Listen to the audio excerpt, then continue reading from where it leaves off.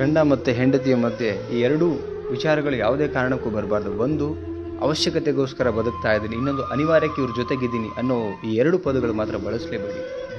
ಆ ಗಂಡ ಹೆಂಡತಿ ಸಂಬಂಧ ಸಂಸಾರ ಅಂದರೆ ಪ್ರೀತಿ ಮತ್ತು ಕನಸು ಅಂದ್ಕೊಂಡು ಬದುಕಬೇಕಾಗತ್ತೆ.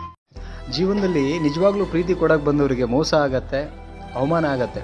ಅದೇ ನಾಟಕ ಮಾಡೋಕೆ ಬಂದಿರ್ತಾರೆ ನೋಡಿ, ಅವ್ರಿಗೆ ನಿಜವಾಗ್ಲೂ ಪ್ರೀತಿ ಸಿಗ್ತಾ ಇರತ್ತೆ. ಇಷ್ಟು ವಿಚಿತ್ರ ಅಲ್ಲ ಇದು? ಲವರ್ಸ್ ಮಧ್ಯೆ ಮತ್ತು ಗಂಡ ಹೆಂಡತಿ ಮಧ್ಯೆ ಈ ವೈಮನಸ್ಸು ಅನ್ನೋದು ಹೆಂಗೋ ಉಟ್ಕೊಂಡ್ಬಿಡುತ್ತೆ.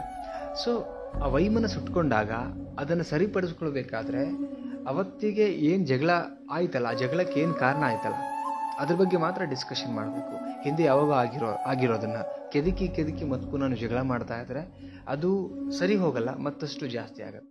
ಒಂದು ರಿಲೇಷನ್ಶಿಪ್ಪಲ್ಲಿ ಒಬ್ರಿಗೊಬ್ರು ಅರ್ಥ ಮಾಡ್ಕೊಳ್ಳೋದು ಅಂತ ಹೇಳಿದ್ರೆ ಆ ಪರಿಸ್ಥಿತಿ ಏನು ಸಿಚುವೇಶನ್ ಅಂತ ಏನು ಹೇಳ್ತೀವಿ, ಅವರು ಯಾವ ಸಿಚುವೇಶನಲ್ಲಿದ್ದಾರೆ, ನಾನು ಏನು ಸಾಂತ್ವನ ಹೇಳೋದ ಅಥವಾ ಅವ್ರಿಗೆ ಬೈಯೋದ, ಅವರೊಟ್ಟಿಗೆ ಹೇಗೆ ನಾವು ಬಿಹೇವ್ ಮಾಡಬೇಕನ್ನೋದನ್ನು ಅಂಡರ್ಸ್ಟ್ಯಾಂಡಿಂಗ್ ಅಂತ ಹೇಳ್ತೀವಿ. ಆ ಸಿಚುವೇಶನ್ ಅರ್ಥ ಮಾಡ್ಕೊಂಡಾಗ ನಮಗೆ ಅಂಡರ್ಸ್ಟ್ಯಾಂಡಿಂಗ್ ಬರಬೇಕಾಗತ್ತೆ. ಆ ಅಂಡರ್ಸ್ಟ್ಯಾಂಡಿಂಗ್ ಮಾಡ್ಕೊಳ್ಳೋಕೆ ನಮಗೆ ಆ ಕೆಪೇಬಲ್ ಇಲ್ಲ ಅಥವಾ ನಾವು ಅಂಡರ್ಸ್ಟ್ಯಾಂಡಿಂಗ್ ಮಾಡ್ಕೊಂಡಿಲ್ಲ ಅಂತ ಹೇಳಿದ್ರೆ ಆ ಸಂಬಂಧ ಹೇಳ್ತೀನಲ್ಲ ನಾನು, ನರಕ ಯಾತನೆ ಅಲ್ಲಿ ಜೊತೆಗಿರೋರು ಅನುಭವಿಸ್ತಾರೆ. ಸೊ ದಯವಿಟ್ಟು ಆ ತಪ್ಪು ಕೆಲಸ ಮಾಡಬೇಡಿ.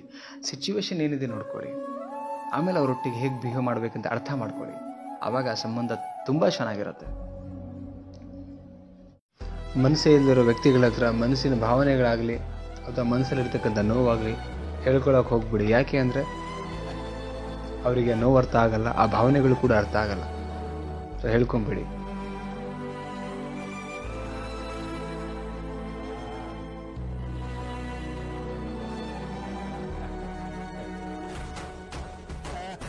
ಈ ಗಂಡ ಹೆಂಡತಿ ಮಧ್ಯೆ ಅಥವಾ ಲವ್ವರ್ಸ್ ಮಧ್ಯ ಸುಳ್ಳನ್ನು ನೀವು ಆಣೆ ಮಾಡಿ ಅವರಿಗೆ ನಂಬಿಸೋದಕ್ಕಿಂತ ಆತ್ಮಸಾಕ್ಷಿ ಮೆಚ್ಚೋ ಥರ ಸತ್ಯನ ಆ ಕ್ಷಣಕ್ಕೆ ಬೇಜಾರಾದರೂ ಪರವಾಗಿಲ್ಲ, ಬಟ್ ಅದನ್ನು ನಂಬಿಸೋಕ್ಕೆ ನೀವು ಪ್ರಯತ್ನ ಮಾಡಿ. ಪ್ರೀತಿನೇ ಬೇಡದಿರೋ ಜನಗಳಿಗೆ ಪ್ರೀತಿ ಕೊಡೋಕೆ ಹೋಗಿದ್ದು ಮೊದಲನೇ ತಪ್ಪೇ ನಮ್ಮದೇನೆ. ಅವ್ರಿಗೆ ಬೇಕಾಗಿದ್ದೇ ಬೇರೆ ಇತ್ತು, ನಮ್ಮ ಪ್ರೀತಿ ಬೇಕಾಗಿರಲಿಲ್ಲ, ಇನ್ನೇನೋ ಬೇಕಿತ್ತು. ಸೊ ಅಂಥ ವ್ಯಕ್ತಿಗಳಿಗೆ ಪ್ರೀತಿ ಕೊಡೋಕೆ ಹೋಗಿದ್ವಲ್ಲ, ಅದು ನಮ್ಮ ತಪ್ಪು. ಈಗ ಅರ್ಥ ಆಗಿದೆ, ತಿದ್ಕೊಬೇಕಷ್ಟೇ.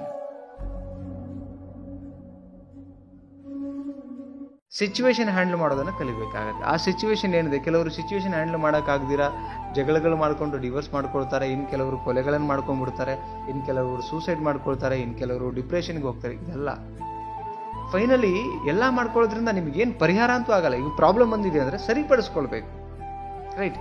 ಬದುಕೇನು ಅಲ್ಟಿಮೇಟ್ಲಿ ನೀವೇನೇ ಅಚೀವ್ ಮಾಡಿ ಅಲ್ಲಿ ನೆಮ್ಮದಿ ಮತ್ತು ಪ್ರೀತಿ ಇದು ಬಹಳ ಮುಖ್ಯ ಇರುತ್ತೆ. ಅವೆರಡೂ ಇಲ್ಲ ಅಂದರೆ ಏನು ಅಚೀವ್ಮೆಂಟ್ ಮಾಡಿದ್ರು ಯೂಸ್ ಇರಲ್ಲ. ಆ್ಯಕ್ಚುಲಿ ಭಾವನೆಗಳಿಗೆ ಬೆಲೆ ಕೊಡೋದು ಅಂತ ಹೇಳಿದ್ರೆ ಅಥವಾ ಸ್ಪಂದನೆ ಮಾಡೋದು ಅಂತ ಹೇಳಿದ್ರೆ ಬರೀ ಕೇಳಿಸ್ಕೊಳ್ಳೋದು ಅಷ್ಟೇ ಅಲ್ಲ, ಅದಕ್ಕೆ ಪ್ರತಿ ಒಂದು ರಿಯಾಕ್ಷನ್ ಇರಬೇಕಾಗತ್ತೆ. ಅಂದರೆ ಲೈಕ್ ಸ್ಪಂದನೆ, ಆ ಭಾವನೆ ಏನು ಹೇಳ್ತಾ ಇದೆ ಅದಕ್ಕೆ ನಾವು ಹೇಗೆ ನಡ್ಕೊಳ್ಬೇಕು, ಇದು ತುಂಬ ಮುಖ್ಯ ಇರುತ್ತೆ.